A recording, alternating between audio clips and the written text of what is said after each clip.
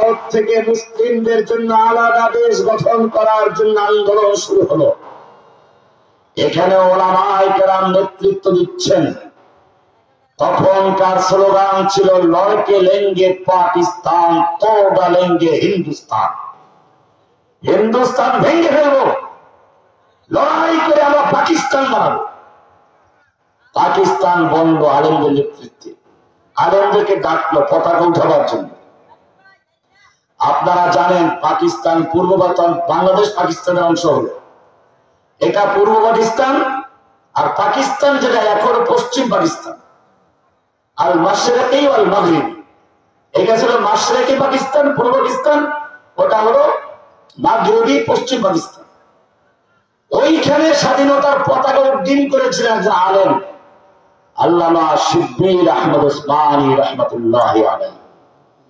আর ঢাকাতে পতাকা উড্ডীন করেছিলেন একজন আলেমানি ছাত্র, আল্লামা জফর আহমদ উসমানী রাহমাতুল্লাহি আলাইহি। পতাকা উঠানো পর্যন্ত শেষের করে আর ডাকা হয় নাই। এরপরে ল্যাংটাগুলোতে হুকুমত ছিনতাই করে নিয়ে আল্লাহকে ভুলে গেছে। বাংলাদেশেও যখন শেখ হাসিনা জুলুম অত্যাচার করেছিল, আলেমদেরকে হত্যা করলো, আলেমদেরকে জেলে পুড়িয়ে মারলো, তখন আলেমদের প্রয়োজন হলো যুদ্ধ করার জন্য, স্বৈরাচারের বিরুদ্ধে লড়াই করার জন্য, জীবন দেওয়ার জন্য। স্বৈরাচার শেষ পর্যন্ত পালালো।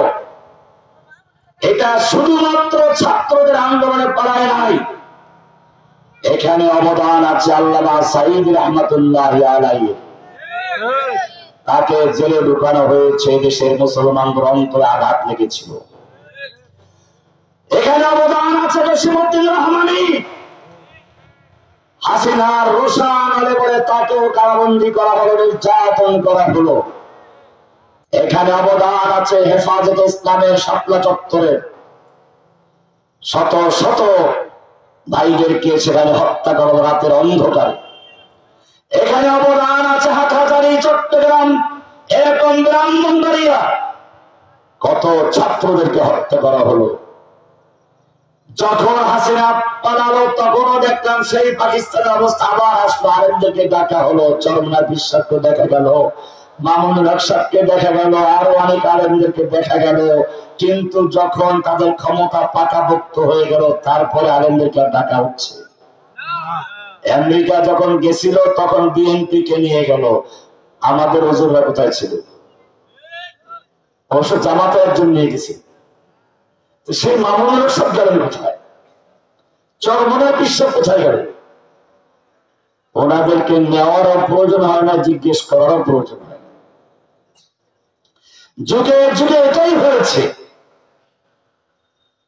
ত্যাগ এবং কোরবানির সময় আলেমদের প্রয়োজন হয়, যখন বিপদটা চলে যায় তখন আর আলেমদের কোনো প্রয়োজন হয় না। তখন দেখা যায় এই জন্য আল্লাহ তাআলা এই যে গজব মাঝে